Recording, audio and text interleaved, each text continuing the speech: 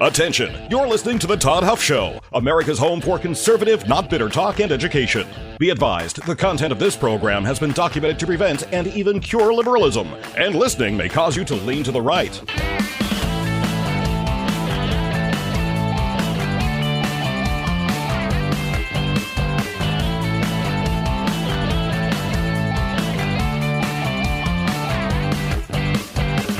And now, coming to you from the Full Suite Wealth Studios, here's your conservative but not bitter host, Todd Huff. My friends, have you ever heard of the Homeless Bill of Rights, or the rights that people who do not have housing have? Well, that's something that's actually called the Unhoused Bill of Rights here. And listen, there's a lot of stuff going on out there, and one of the things that I think is important is that we understand what it is that is true, what we believe, why we believe it, what that is, so that we can then understand the things that, well, that we should not support and why it matters for our constitutional republic. And so I want to go through this today because this matters a lot. It's something that's been introduced by Rashida Tlaib, effectively redirecting lots of military spending to protecting the homeless. And listen, I am not here. Of course, homeless people should be given the same rights as everyone else. Homeless people should be treated like human beings. But to start calling some of these things rights is incredibly dangerous to our system of government. And dare I say this, it's housed under, no pun intended here, it's underneath the umbrella of empathy and compassion, when in reality, what it is ultimately designed to do is to create confusion among people so that we don't know what it is that we have in this country, what a right is, why that matters, and they begin to tinker with other aspects of society, giving other selected groups of people other rights, which is not the way that this works, and that is a dangerous path to travel down, my friends. So that's what we're going to talk about here today. I welcome you to the program. If you want to share your thoughts, your opinions, your feedback, appreciate hearing from those of you who communicate with us through this number I'm about to give you. You can do so, 317-785-1030. That's 317-785-1030. It's also where you can text keywords from advertisers if you hear something on this program that can help you, that sounds like something that can be a benefit to you. That's why we streamline these things. You can text the keyword that you'll hear in an ad. That's the quickest and easiest way to get to the link or get to get put into contact with someone who can help you with whatever problem you're having here that we can help with, our advertisers can help with here on our program. And it is a pleasure, my friends, to be here. Before we get rocking and rolling, my friends, let me have you think about this. Your investments, they're like seeds that you plant. They grow, they multiply, but are they bearing the kind of fruit that you want? And I don't just mean financial growth, which is important, right? I'm not saying that that's not important. It's obviously important. But are they bearing the kind of fruit you want regarding your values? Because at 4-8 Financial, they believe your money should reflect your values. And why wouldn't it reflect your values, my friends? Why would money be an area that we say, this should not reflect my values, but everything else in life that I do, it should? Of course, your money should reflect your values. 48 Financial specializes in wealth management and biblically responsible investing, screening out companies that do not align with your faith and your values. It's all part of their purpose-centered financial planning, helping you live a life of meaning and purpose. If you want to see if your investments align with your values, all you have to do is head on over to 48financial.com/Todd. Again, that's 48financial.com/Todd. And you can take a quick and easy assessment. 48 Financial, they're here to worry about your money so you don't have to. All right. So let's talk about this. Rashida Tlaib, as you know, a radical extremist in Congress. She's a Democrat from the state of Michigan. She has introduced this. Well, she's not the first to do this, but she's introduced a concept that is designed to give rights, or dare I say additional rights, to homeless people. Now, as I said off the top, let me frame this clearly so that it is clear, and I know you understand this, but I never know who's going to be tuning in to this program on a day-to-day basis, downloading the podcast, whatever, listening on the radio. But human beings are made in the image of God. You and I have equal worth. You and I and everyone else in the eyes of God have equal value, intrinsic value that he built into us as being reflections of him. That is where our worth comes from. Now, certainly some people do things on this planet that are more, that are better in some respects than other people. Some people are better in one area of life than someone else is in another. We can achieve different things. Some people are productive or talented in a particular area of life. They're good at managing business, or they're entrepreneurial or whatever. That's great. Some people are very compassionate. They can help take care of people around them and meet their needs, and they're very giving and self-sacrificing. That's good. There's all different types of good. Some people are excellent at explaining things. They're teachers. They have wisdom. They may not have the title of teacher. They might not. They might be someone that you know in your family or in your community or in your church. The point is that we all have different abilities and talents and gifts. Some people are better. Well, there's someone that's better. There's the group of the best in any category, and there's those that are not as good. But none of that impacts your value as a human being. None of that does. Your value is intrinsic. So let's get that out of the way right off the top. In fact, just understanding that basic reality, I think there would be a lot of reduction of stress and anxiety if people would simply accept that truth. Now, that doesn't mean that God created us to sit here and do nothing. We're to work. We were created to work, my friends, created to do things. And this is not an insult at those that don't have jobs, or this is not a way of saying that they're second class. That's not the point at all. But it is saying that they're not participating in something that they were designed to do. Now, there's different groups, there's different reasons for that. Some people can't. Going back to the scriptures, the Bible says, if you don't work, you don't eat. It does say that in the scriptures.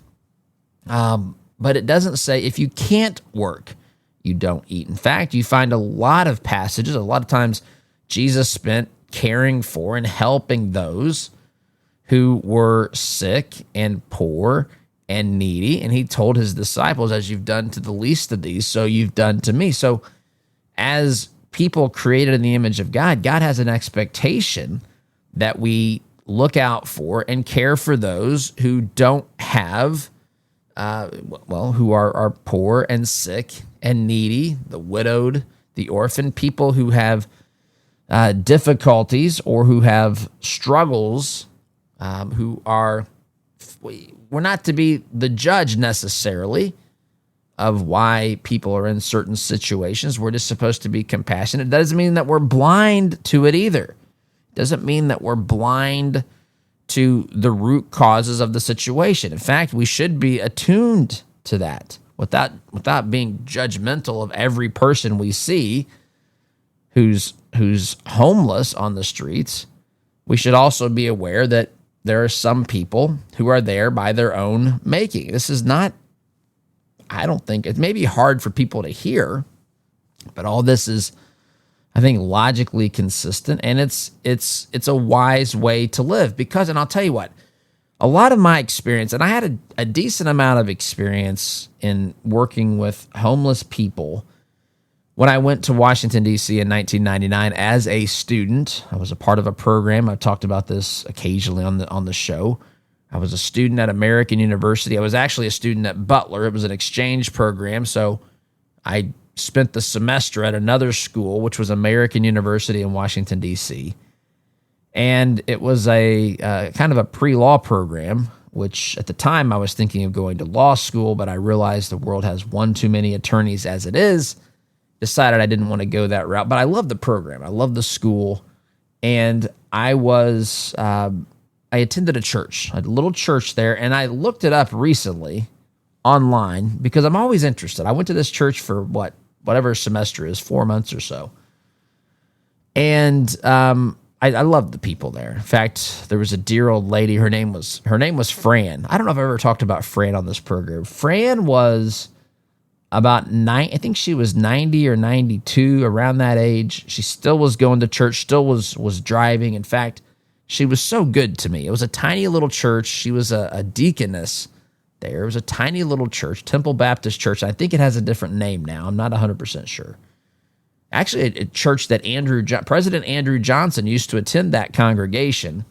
Of course, it wasn't in the same building that it's in or was in when I was in D.C., but regardless, just an interesting, small little church with a lot of good people. And there was a group of older ladies, and Fran was kind of the ringleader. And those older ladies, probably a congregation of 20 to 30 people, maybe 40, I don't know. They kind of took me under their wing, and they would take me out to lunch and stuff. And I spent a lot of time. This is the true story. There were 4 older ladies and me that would spend time together. And Fran was my buddy. I loved Fran. Fran was wonderful, kind, gentle. I don't know if she was 4'8". She was tiny. She drove a car that was, some of these, it was an older car, a nicer older car, but it was one of those cars that just had a huge frame and just, a car built like a car was back in the 1980s or whatever. In fact, I think I can say this now. One time I was driving, I was with her. She was probably taking me to lunch after church or something. I don't know. And she was trying to park her car, and she hit a car. Now, she just bumped it. And then she started to drive away, and I looked over at her and I said, Fran, I think you hit that car. And she just kind of had this attitude like, you know what? I'm 92. What are they going to do? What are they going to do about it? I don't know. And again, and it didn't damage the car or anything, but still, I think she should have at least stopped and looked. But anyway, the point here is that was the environment, and I was around that small group of people in Washington, believers in Washington, D.C., and we would go to Lafayette Park. Lafayette Park is right across from the White House, so it was a really interesting juxtaposition because, you were looking at the house where the most powerful person on earth resided, and then right outside of that, right across the street, there was a park, Lafayette Park, and we were feeding the homeless there. And I remember we had a pastor, an associate pastor, a music pastor. His name was Pastor Gary, and he at one time had been homeless. And so we would go to feed the people in Washington, D.C., there at Lafayette Park, and they would come. Homeless would come to our soup line, if you will. And there was one simple requirement. You had to listen to a sermonette, and I mean sermonette. I'm talking like 3 minutes and Gary would preach or share the gospel. And I remember listening to Gary, and he said one time to these folks, because he had been there. He had been homeless, I believe, for 3 years. He said, listen, he said, this can happen to anybody. Now, I know some of you are in this audience and you're shaking your head, no, it can't happen to anybody. I would just caution you to be careful here, because if you have no support system, if you're in a city that you don't know people, if you lose your job and you haven't had a chance to build up enough savings and so forth, or you get sick, whatever, you can see how it does happen. It can happen to people who are even working hard, and that's what happened to Gary. And he said, listen, anybody can be out here. Anybody can find themselves in this situation. He said, but you shouldn't be out here for 30 years, as some of you are. And so he would share a word from the scripture. They had to listen to that, and then they could eat. And I learned a lot. I remember one of the lessons I learned, and I think I have shared this on here before. It rubbed me the wrong way. It did at the time. My pastor's wife said, when you encounter homeless people, there's a decent amount of homeless people in Washington. There was at the time that I was there. Let me say that. I can't speak today, but there was at the time I was there. And she said, don't give them money. And I remember thinking, my goodness, that sounds so heartless and lacking of compassion. But she was right, because she said they will take that money and they will, statistically, right? I'm not saying 100%, but the chances are very, very good that you give someone on the street money, they're going to buy alcohol or drugs with it. She said instead, and this is the thing, they didn't just say let them be, ignore them and don't treat them like human beings. She said offer to go in and buy them a sandwich. And I did that a time or two. I remember doing that. There was a McDonald's there near where I was on American University's campus, and I bought a sandwich for a guy before, and I wouldn't have done that. I probably would have given him money in the past. But the point here is that I have, experience with this. And it's important that we approach these topics the right way. Because if you want to undermine our system, and that's what ultimately this is driving towards. Rashida Tlaib is a political radical leftist. Rashida Tlaib doesn't like this nation as founded. I know that might sound harsh to some people. That might sound slightly dramatic, but let me say it again, louder for the people in back. Rashida Tlaib does not like this nation as founded. She doesn't believe in the founding principles of this country. She hates this country. Radical leftists do. If they didn't hate it, why would they want to remake it? Look, you can love this country and understand there are areas of improvement that are needed. You can love this country and understand that even the founders said that in the preamble, preamble of the Constitution, in order to form a more perfect union, they understood that they were trying to make something better. It was never perfect, and it never will be completely perfect. But we're constantly trying to improve and to make things better. There's a difference between doing that and saying, let's scrap the system and redefine what our founders had understood and our founders accepted, right? And I've shared these things on this program before, that our founders said we are citizens and not subjects. Our founders could have, after winning the American Revolution, they could have established themselves as the new monarchy, the new oligarchy, the new dictators, if you will, the new tyrants, if you will, but they didn't. And they said, this isn't our country to decide. It's actually our collective country, your country, American citizens as well.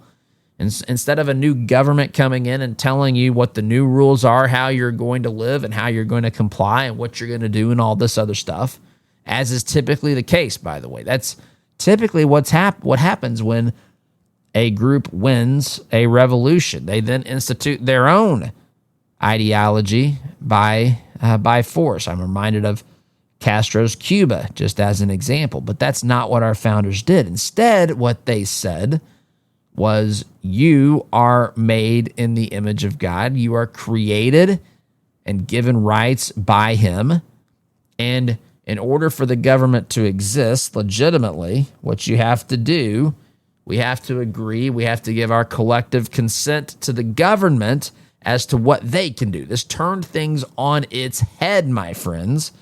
And the world is, I'll say infinitely better, but exponentially better today because of the founders unleashing the power of liberty on the world. And this includes liberty insofar as it lives in free markets. It has done remarkable good for a world that historically has seen poverty and tyranny and oppression and lack of opportunity and very, very hard times. This nation, by accepting the way that things are and basically building them into our foundation, accepting truth, accepting that rights are the gift of God, not the gift of government, because government can't give rights. Rights come from our Creator. Those sorts of things made America stand apart from the crowd, look different from the rest. And this country has been blessed. You have been blessed. I have been blessed. Our families have been blessed. Heck, my friends, other countries around the world have been blessed. And if America is made great because of an adherence to an idea, a system of beliefs, a recognition in where our rights come from, a recognition that a government should be as small as possible to do what it has been given the consent of the governed to do, then good and amazing things are often the result. And if the ideas are what made America great, it only stands to reason that if we deviate from those ideas too far, our greatness will fall to the ground. So, I'll talk more about this on the other side of the break. Friends, ever notice how some families seem to have a plan that lasts for generations? That's not by accident. Full Suite Wealth works with people who want their wealth to make a difference for years to come. Their team brings together high-level investment strategies like private equity, private credit, and option strategies, coupled with expert legal guidance. It's all about making sure your vision becomes a reality for the people you love today and tomorrow. If you're looking to do more than just manage your money, if you want to leave a mark and build something lasting, take a look at Full Suite Wealth. Visit fullsuitewealth.com. That's fullsuitewealth.com. Build your legacy. Secure your future, my friends. Time out for me. Back in just a minute. Welcome back, my friends. I'm going to give you, this is a one-page summary. From Rashida Tlaib's office. Congresswoman Rashida Tlaib, 12th District Strong. That's what her letterhead says here. Proudly serving Michigan's 12th Congressional District. Here's what she says, that Unhoused Persons Bill of Rights, it's a summary. I want to read this to you.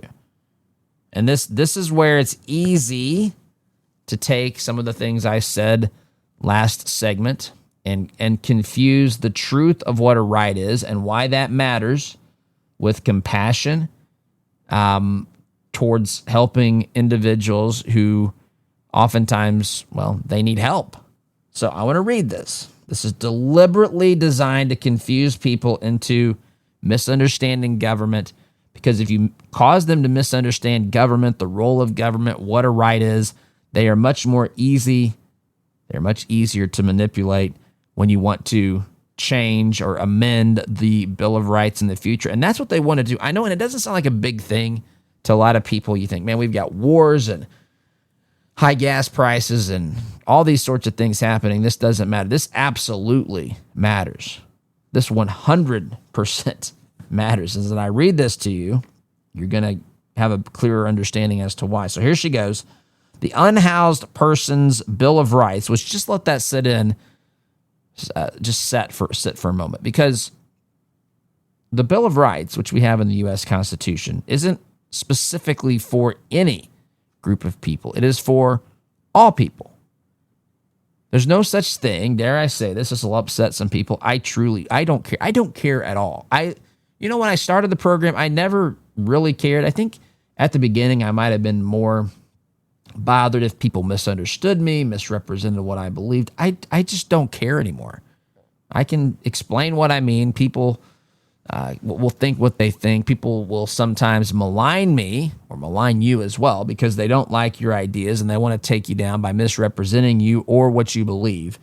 But I literally don't care 1% at all. I don't care. I don't care. There's no such thing as gay rights. There's no such thing as gay rights. There's no such thing. Put the name, any classifier, any adjective before the rights. It's our right. These are our rights that are consistently applied to all people. One group doesn't get special rights, additional rights, bonus rights. That's not how this works because, again, a right is something given to us by God. And God doesn't say, okay, let's see, where are all my homeless people? Here are your rights. Where are all my skinny people, fat people, tall people, short people, white people, black? That's not how God operates. We all get these rights. And by the way, a right is something that you can exercise on your own.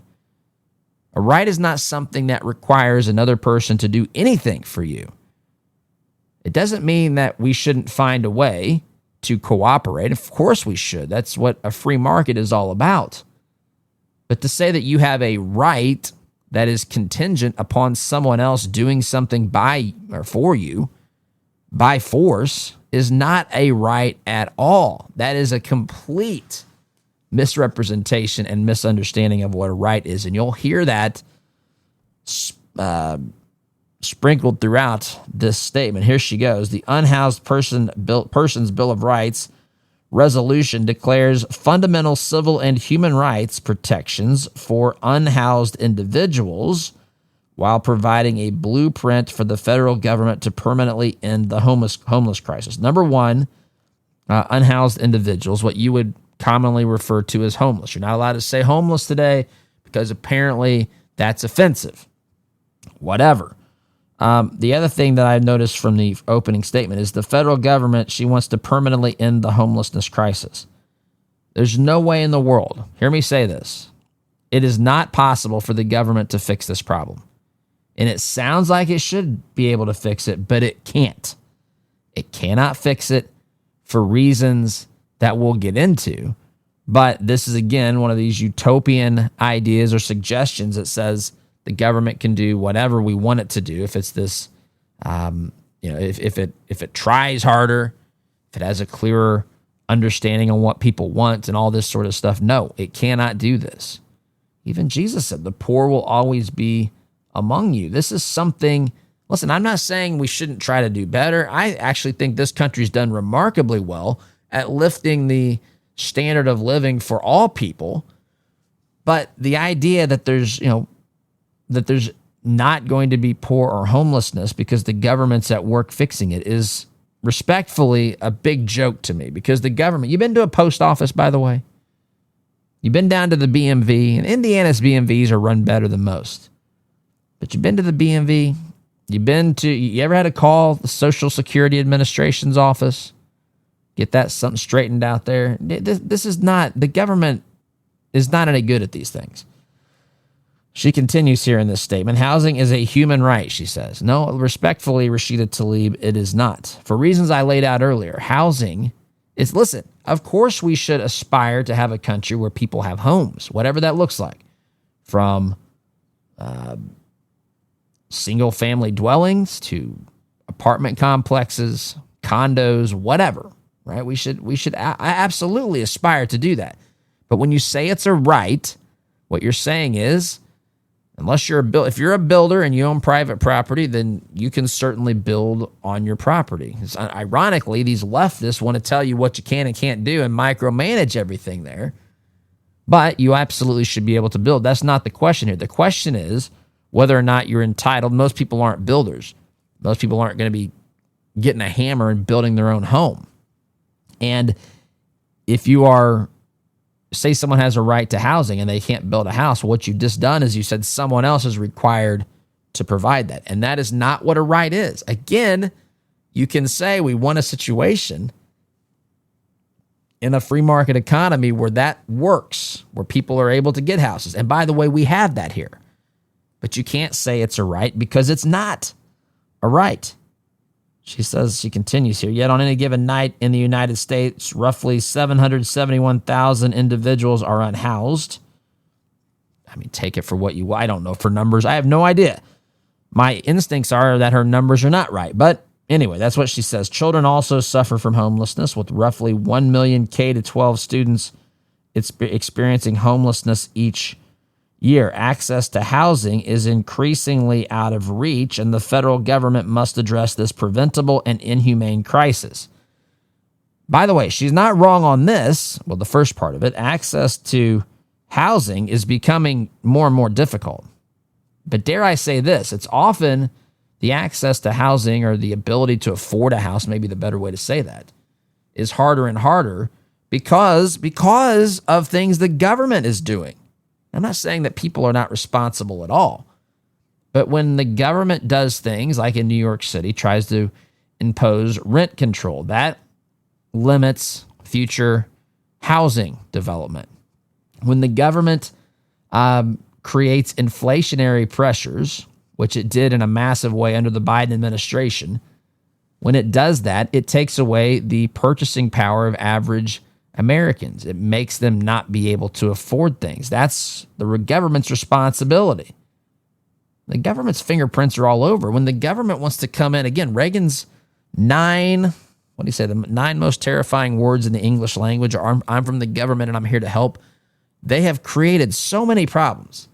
I'm not saying there are no other factors that are not related to government, but my goodness, my friends, they have created a huge amount of this mess themselves. In more than 92% of U.S. counties, a full-time minimum wage worker cannot afford a one-bedroom apartment.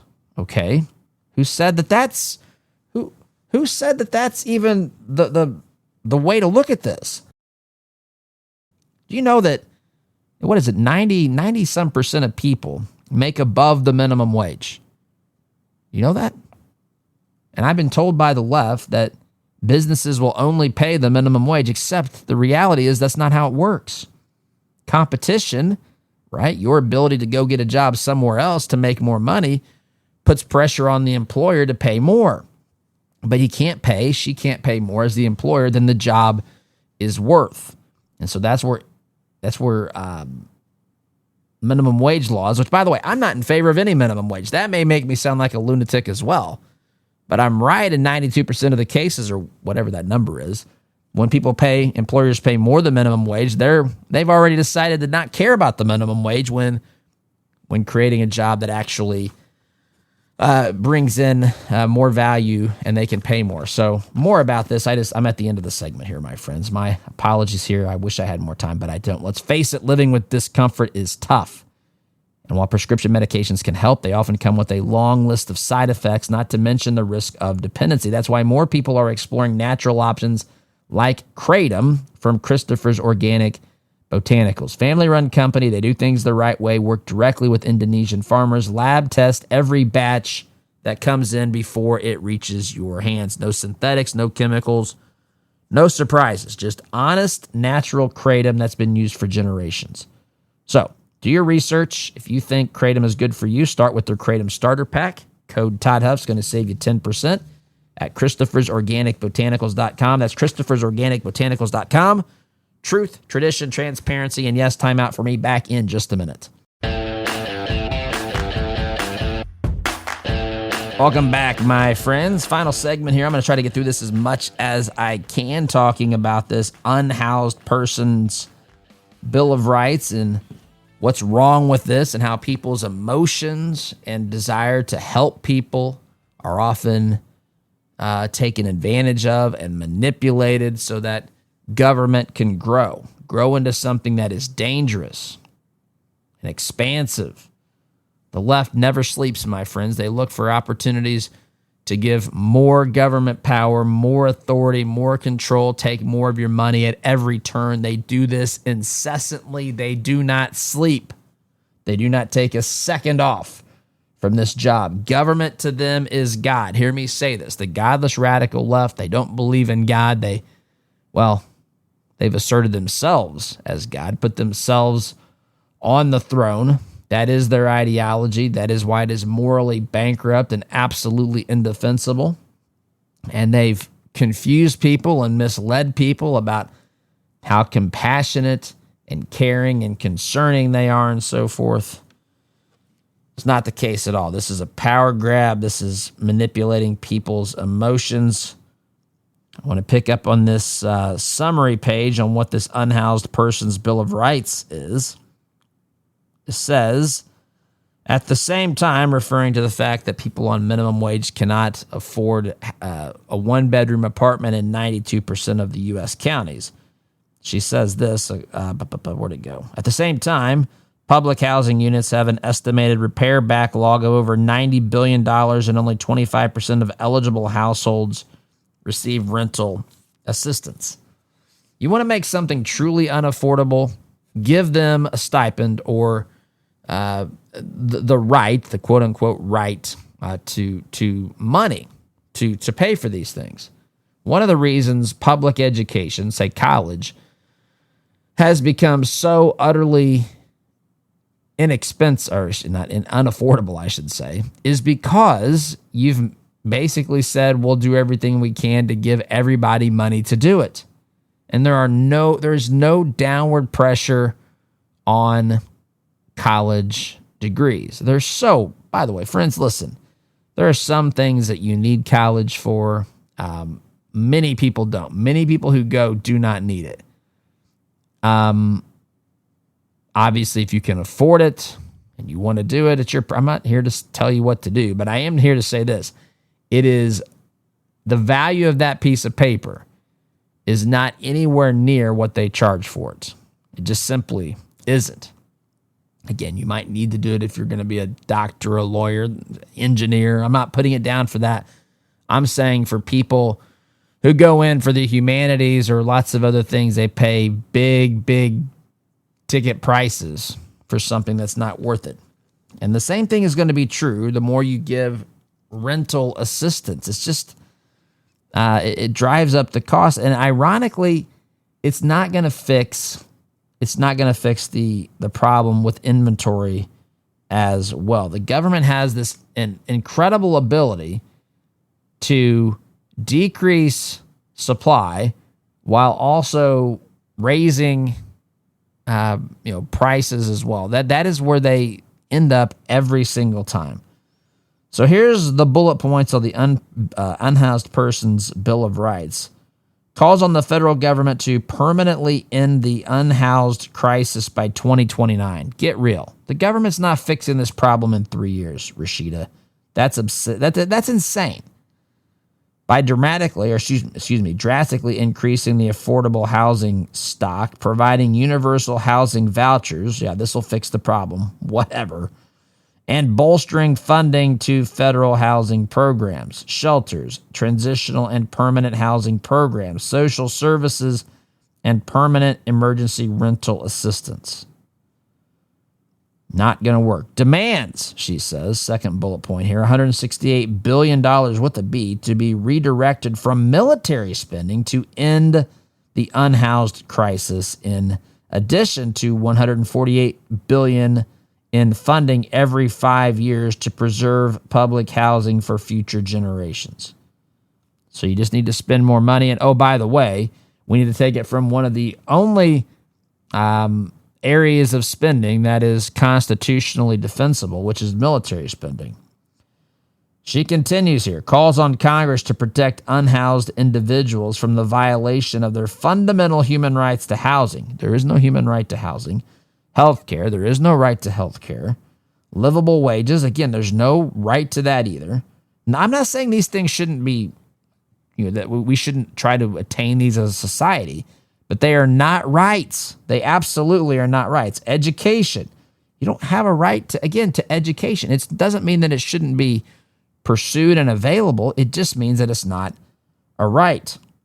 Employment opportunities, you don't have right to employment opportunities. Access to public facilities. Now, I would say you have rights to access to public facilities, but you don't have the right to go into a public facility and set up camp and make it your private property. That's not what that means. She continues here. Freedom from harassment by law enforcement. True harassment, yes. We do have the Fourth Amendment. That would be applicable here. We don't need something new, but listen, it doesn't mean there can't be laws against some of these things, homeless encampments and trespassing and those sorts of things. That's just a far cry from reality. I'm running out of time here. But this is what Rashida Tlaib is wanting to do with her Unhoused Persons Bill of Rights. So much of this should just be dismissed out of hand because it's a fundamental misunderstanding of what a right is. But again, they want you to be confused so that they can change the role of government from what it was set out to be by the founders. I got to go, my friends. SDG.